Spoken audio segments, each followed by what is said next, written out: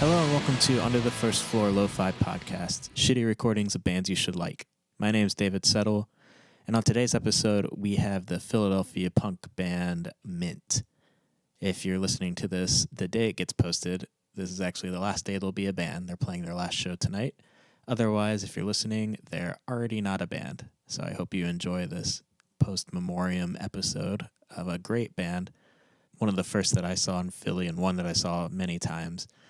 It's a bummer they're done, but I'm very glad we got to do an episode before they finished up. So without further ado, here is Mint's first song called Affected Reflection. Hope you enjoy.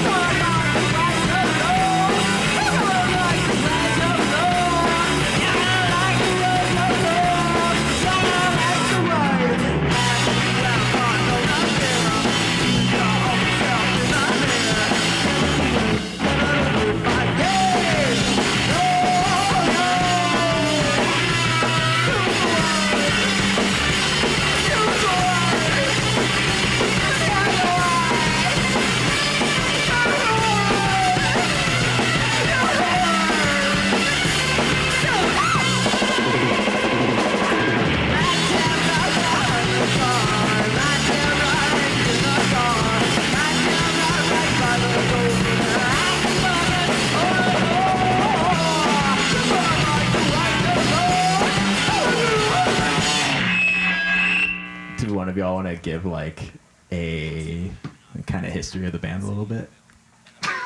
Tom's pointing at me like I should be the band historian, but I wasn't. Yeah, you looked at Tom. So. I wasn't here when the band formed, so okay. I feel like somebody who old guard. All right, Steve asked me.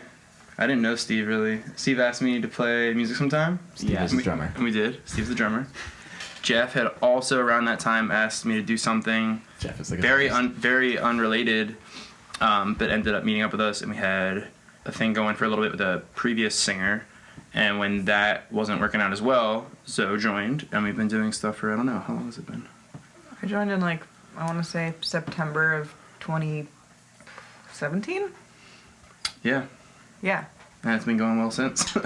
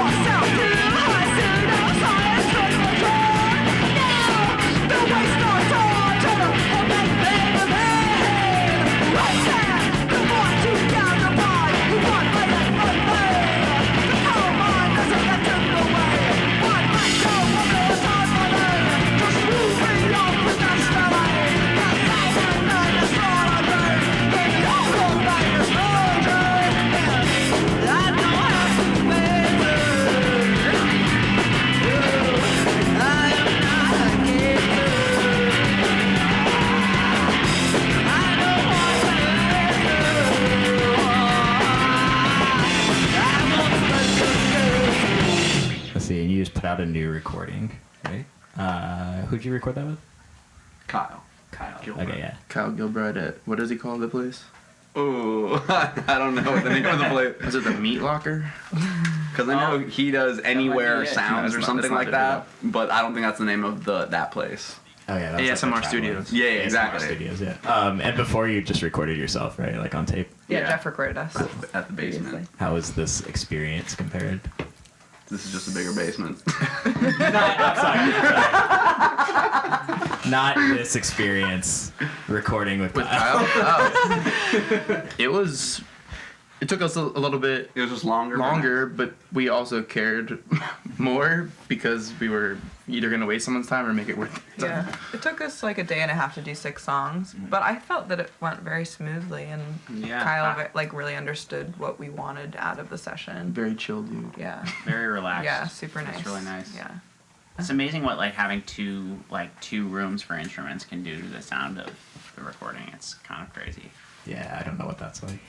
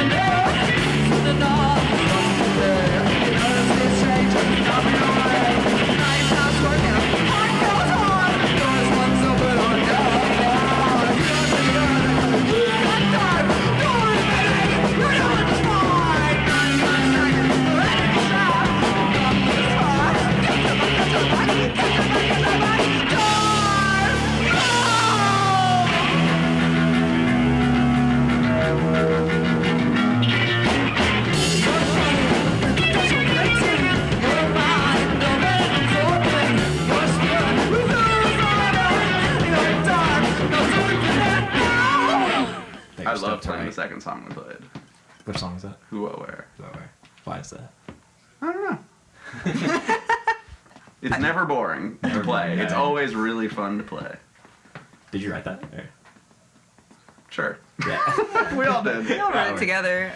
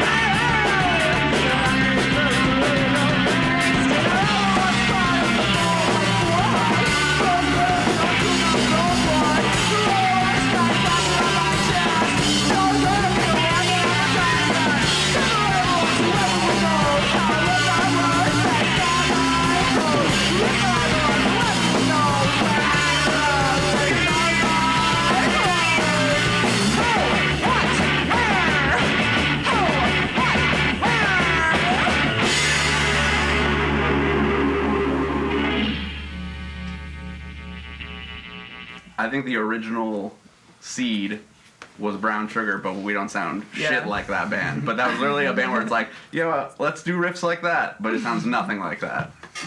I definitely thought that I was like about to be a vocalist in a way more hardcore band.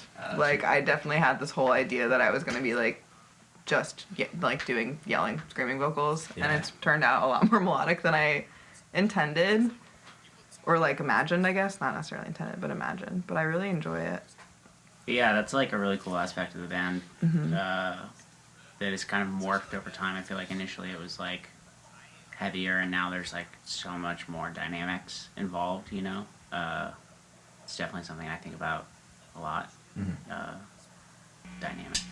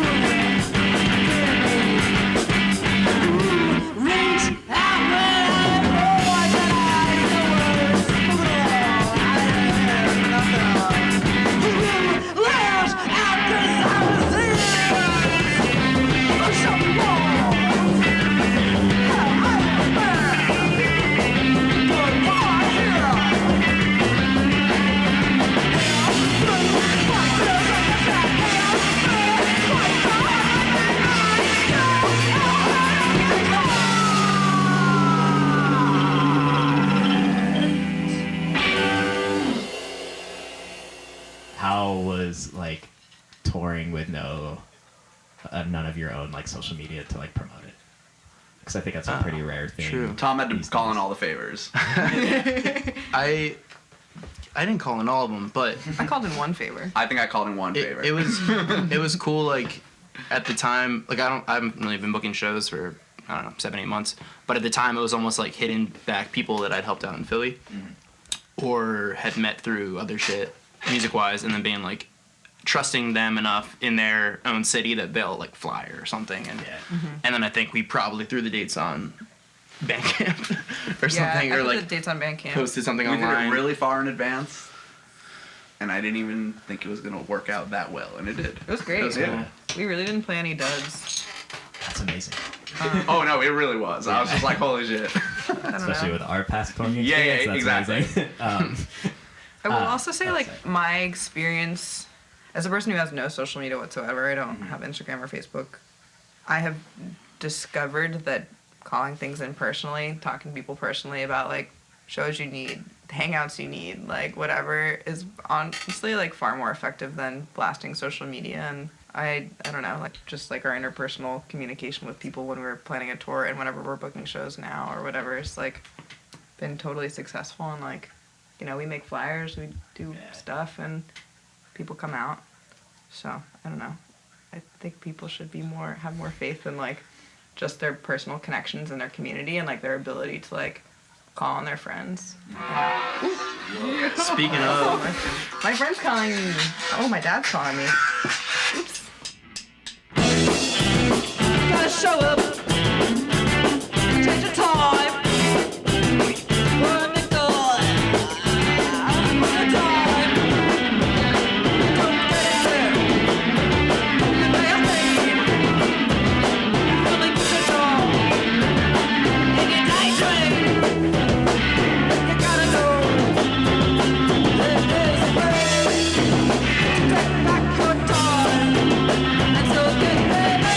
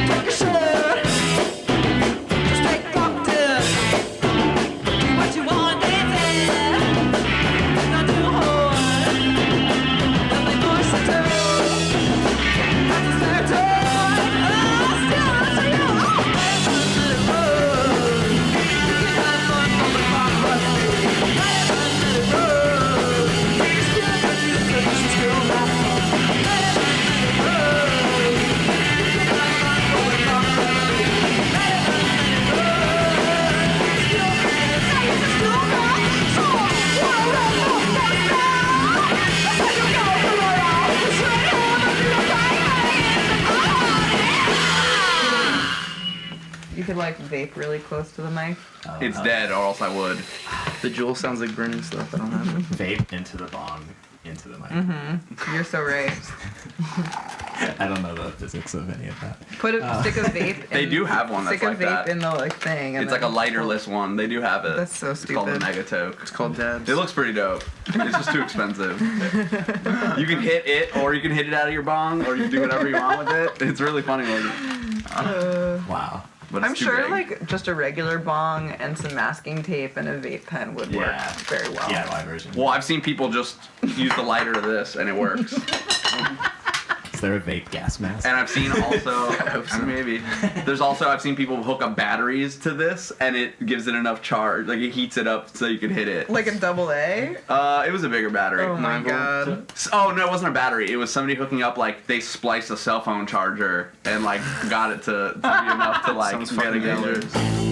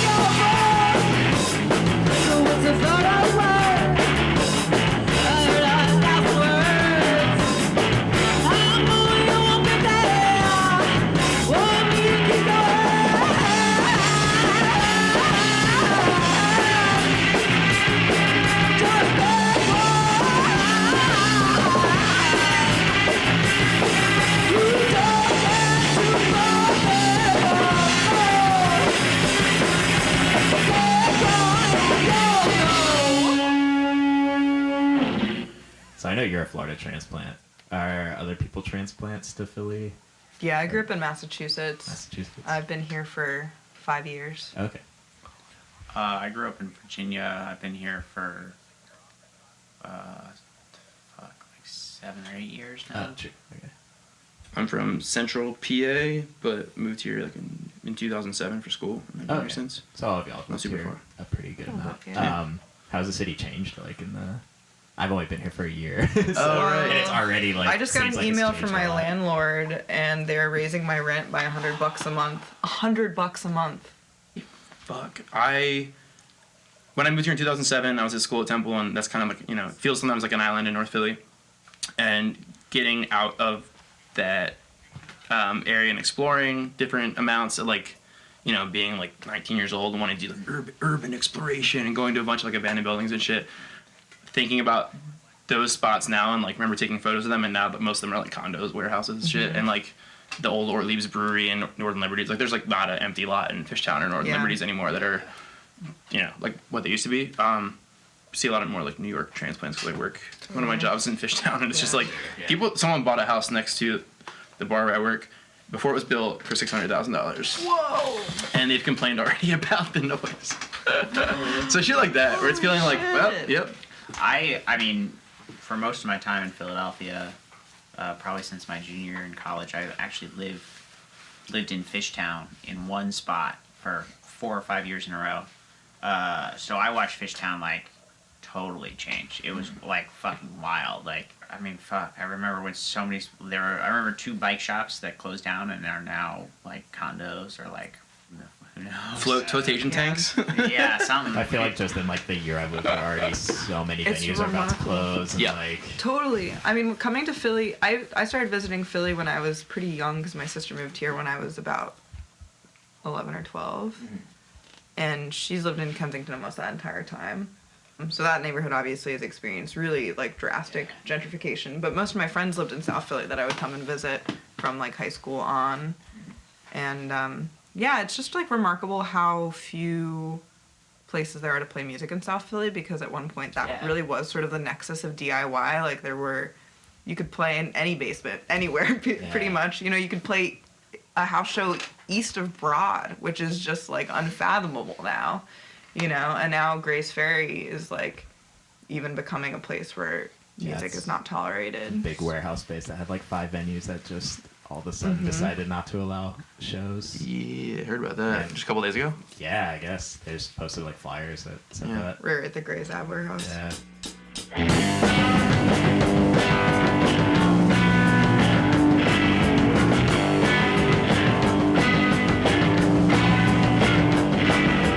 Someone looked a little off to do. You didn't recognize him, didn't have a clue. Not sure how to find him, but God, I was saying, yeah, call him out. What you think without a know? You think I can know? You were like that he's gone. It doesn't just say that you know that we're like fall. Two and two of memories, the common friend. I've always got to know. What's the difference anyway? Hey, oh, you know, so nice. Well, people know Chicago, they're always got right. Hey, but then the products start pulling up the fire.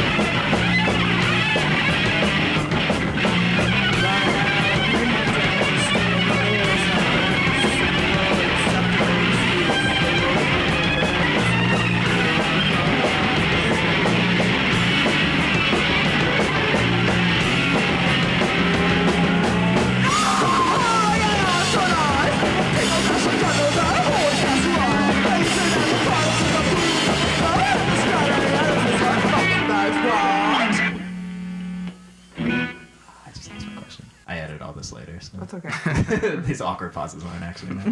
No worries. I would love it if it was though. You ever hear that? It's like I think it's WKDU maybe has like that 1 hour program that's awkward car ride, and the person who DJs it is so fucking awkward. It's crazy. It's like it really That's what I'm does. talking about. It kind of sucks to listen to, but it's also really funny. Yeah, Yeah. that one and the Shout out knitting to per- them. the person who knits. Yeah. On the radio? Yeah. Or they just talk about knitting on the radio, okay. but also play like really good 90s indie Yeah. stuff. So awkward car ride also great tunes, but like Yeah. in between it's very much like your awkward pauses and a lot of like Yeah. so I just own the fact that I sound like a college radio DJ.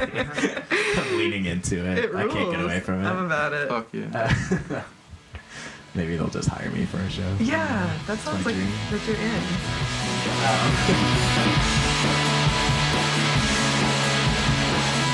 Thanks so much to Mint for coming down to the basement. If you'd like to check out their music, you can go to Bandcamp, phillymintmusic.bandcamp.com. They have no social media, so check it out there. And I don't know, if you like it, you could probably drop them a line in their email. Maybe they'll read it again after this. If you'd like to get in touch with me about the podcast, you can email underthefirstfloor@gmail.com. I'm on Twitter @UTFF Podcast and on Instagram @underthefirstfloor. For the last couple of songs, I'm going to leave you with some obscure old punk 7-inch tracks. The first one being from 100 Flowers, a song called Dyslexia. It's from their first 7-inch called Presence of Mind.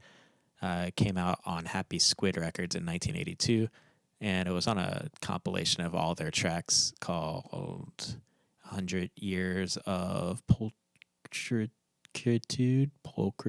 I don't know how to say that word. But it's really good. They are the more serious version of the band Urinals, the classic art punk band. And this song definitely carries on their short burst of punk energy, as many of the Urinals tracks did, but with maybe slightly more serious lyrics. And the last song is a song called You from the band Vain Aims. This was a band that released one 7-inch in 1980. They are from Cardiff in the UK, and they actually only played one show. They self-released a 7-inch on a label they called We Practice in a Garage Records. Internet says they're in school. I'm going to just imagine they were in high school, and how badass that is that they put out their own 7-inch. They apparently broke up after one show because they weren't getting enough support for the 7-inch, which is something that I, and I'm sure many of you, fully relate to. But this gives you hope that one day, maybe 39 years later, someone will play your song on a random whatever they're doing in 30 years. Probably not podcast anymore. But for the end of this one, I hope you enjoy these two tracks. Thanks so much for listening, and we'll see you next week.